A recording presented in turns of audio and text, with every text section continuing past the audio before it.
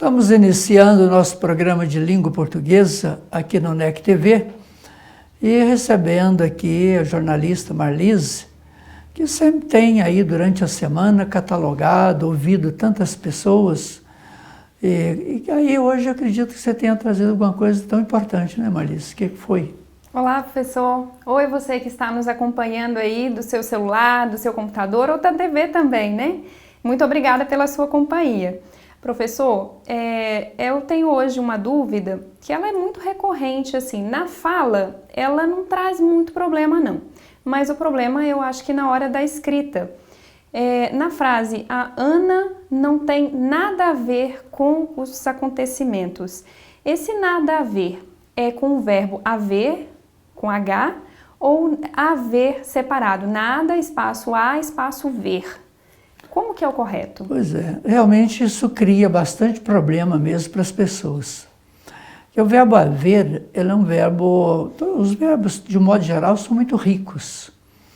E o verbo haver, normalmente, ele é usado no sentido de existir. Então, quando ele é usado no sentido de existir, né, então você pode, né, havia muitas pessoas, quer dizer, existiam muitas pessoas, por isso você tem que estar sempre ligado assim, ele está no sentido de existir, que é o mais normal dele, mas ele pode ser empregado em outros sentidos também, quer dizer, o verbo haver empregado no verbo de conseguir, por exemplo, adquirir. Então, alguém pode dizer assim, onde houveste tanta beleza, né? Quer dizer, onde conseguiste, né, tanta beleza. E se tiver assim, fazendo uma linguagem meio pejorativa, pode ser até adquirir mesmo, né? Que a beleza se adquire também, não é verdade? Ah, com a cirurgia plástica não hoje em dia. Então é isso. Mas nesse caso, veja assim, que Ana não tem nada a ver com essa história, não é isso? Uhum. Mais ou menos isso que você falou. Os acontecimentos. Os acontecimentos. Esse não é o haver com H, do verbo existir. É o A separado do ver. Então ela não tem nada a ver. Porque não está relacionado aí nem com existir e nem com o adquirir, né? O adquirir, de conseguir. Então, para ficar mais fácil para a pessoa entender, é substituir. Quando se vê o haver, pode ser substituído por existir, pode ser substituído por conseguir, de adquirir. Aí fica mais difícil para a pessoa cometer o erro. Nesse caso é impossível, Ana não tem nada a adquirir com essa história, com os acontecimentos, né? Fica inviável, né? Não tem nada a ver. Não tem nada a ver. Isso. É verdade.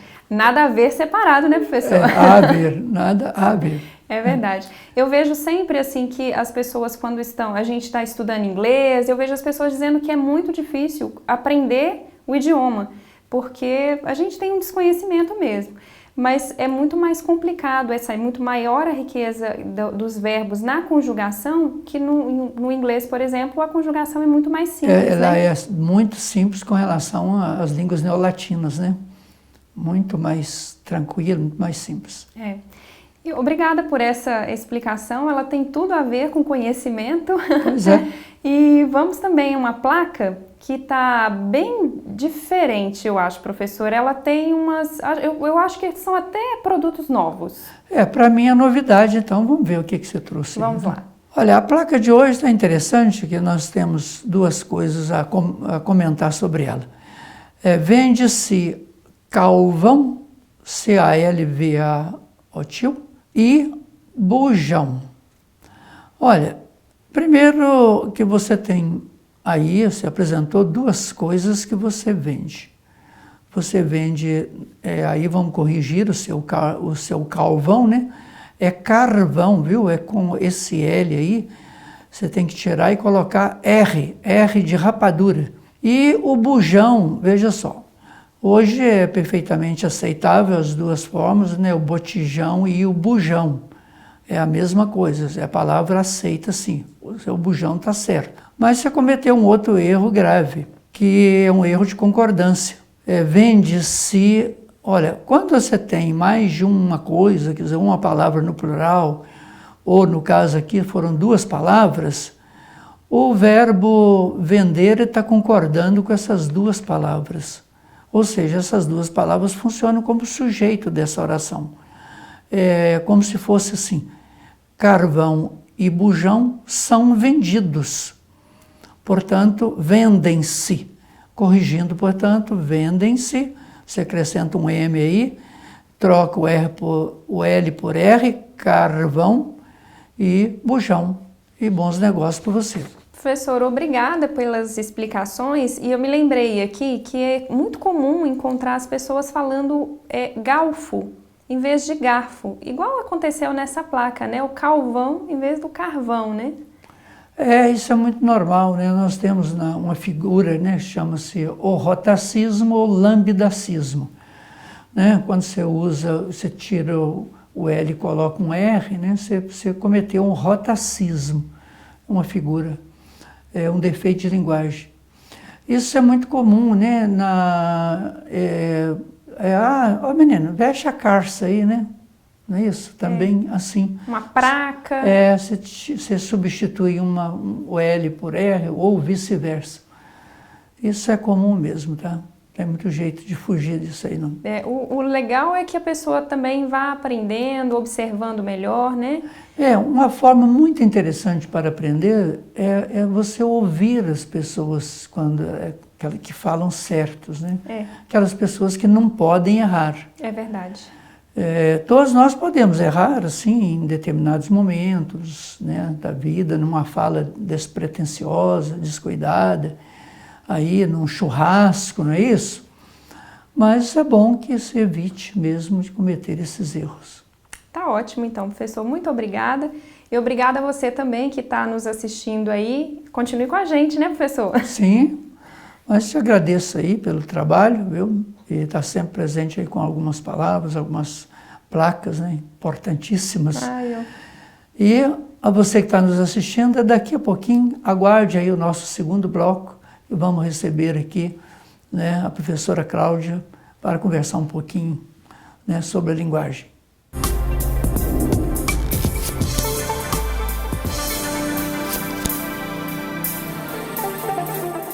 Iniciando o segundo bloco do nosso programa de língua portuguesa aqui na UNEC TV, recebendo aqui a professora Cláudia Cardoso, que é coordenadora do curso de letras e também professora. Seja bem-vinda, professora. Obrigada, professor.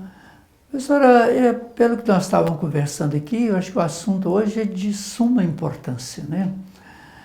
Que a gente sabe que há uma riqueza muito grande na língua, que é essa questão da expansão da língua através, às vezes, de empréstimos, de outras línguas, né, interferindo, né, influenciando numa língua A ou na língua B. No caso da língua portuguesa, claro que nós temos a mesma coisa, quer dizer, a gente recebe muita coisa. Sim. Então, esse neologismo, né, essas palavras que são às vezes usadas, vêm para outra língua, vem de uma língua para outra. Mas como é que você encara isso, né, aí no processo de aprendizagem, ou, né, para trabalhar isso com o aluno, ou se não precisa trabalhar? Como é que essa questão aí dessas palavras novas, que às vezes vêm, esses empréstimos linguísticos, né, que nós chamamos? Sim. Como é que você encara isso dentro do processo de aprendizagem, ou simplesmente por curiosidade? Como que é isso? Bem semelhante com a língua que evolui, esse conceito também evoluiu, professor. No passado, esse estrangeirismo, que é o uso de uma palavra de uma outra língua em uma língua nativa, né, como nós temos hoje no Brasil, uma série de palavras que nós usamos de outras línguas. Um exemplo, shopping center, né? É um estrangeirismo que já usamos com muita naturalidade, né? Como se fosse parte da língua portuguesa. Então, esse conceito de estrangeirismo, ele evoluiu, assim como a língua evolui. Como que a língua evolui? Ela evolui em contato, né? espaço geográfico, limites, né, de países. Então essa é uma espécie de contaminação.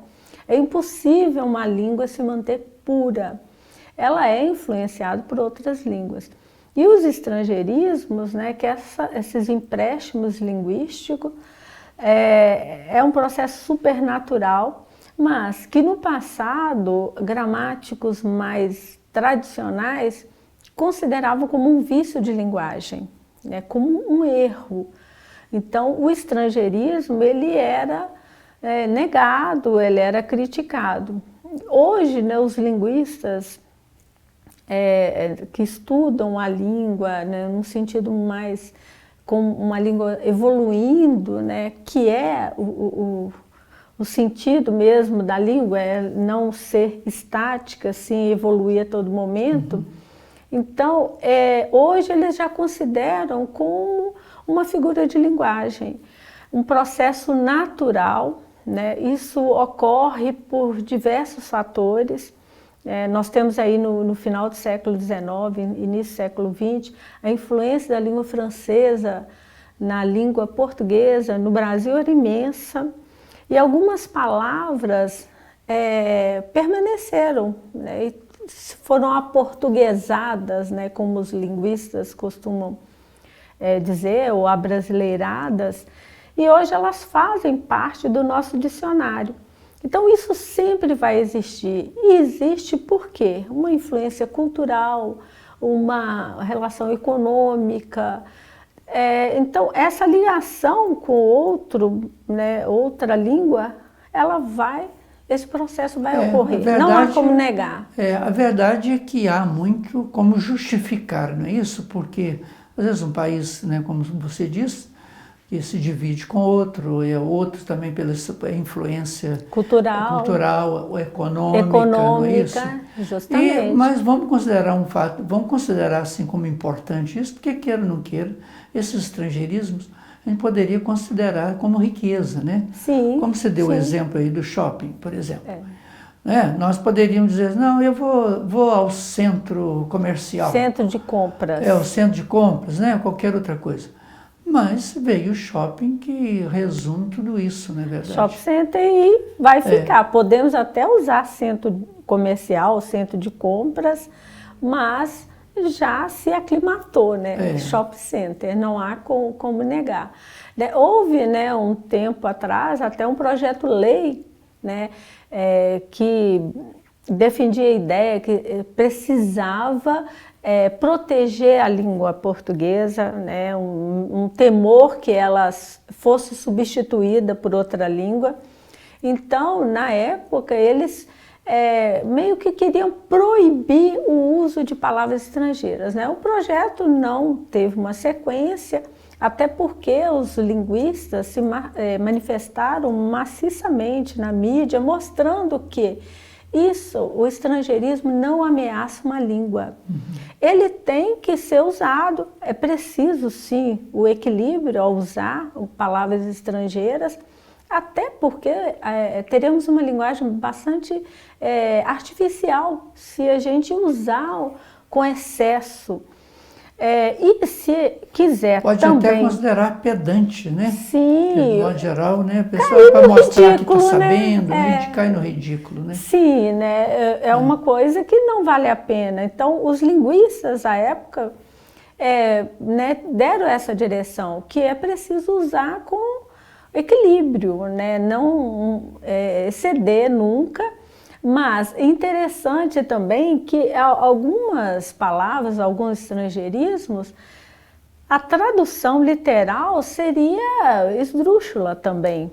Como, por exemplo, pizza, você querer substituir por um disco de massa redondo, coberto com molho de tomate, seria muito vai ser difícil inadequado, comer, né? Um disco de massa redonda. Então, o estrangeirismo, ele é bem-vindo. A própria Academia Brasileira de Letras, né, teve esse discurso à época. Ele não prejudica uma língua. E, claro, a gente sabe que a língua de um povo faz parte da identidade dela. mas de forma alguma que ele é uma ameaça. Portanto, considero muito mais como uma figura de linguagem do que um vício de linguagem, um erro. Não, acho que você está perfeitamente correta, é isso mesmo, Isso, né? Querer uma riqueza, sim, né? E na medida do possível, tem como fazer uma substituição que não descaracterize o vocábulo, que não crie, né, riso, né, não cause riso? É bom que se faça essa substituição, acho que é válido, né? Pessoal, nós estamos chegando ao final do nosso programa e eu quero agradecê-lo, né, mais uma vez aí, por esse assunto tão importante, que às vezes a pessoa fala assim, não, vamos ser cafona, ficar falando coisa do lado que é do outro, né? Mas queira ou não queira, isso vão considerar como uma riqueza. Uma riqueza Ainda de mais linguagem, em tempos de globalização, seria um erro negar, né? Mas muito obrigado mesmo. Eu que agradeço, professor. E a você que está nos assistindo, nós queremos agradecer e até o nosso próximo programa, se Deus quiser.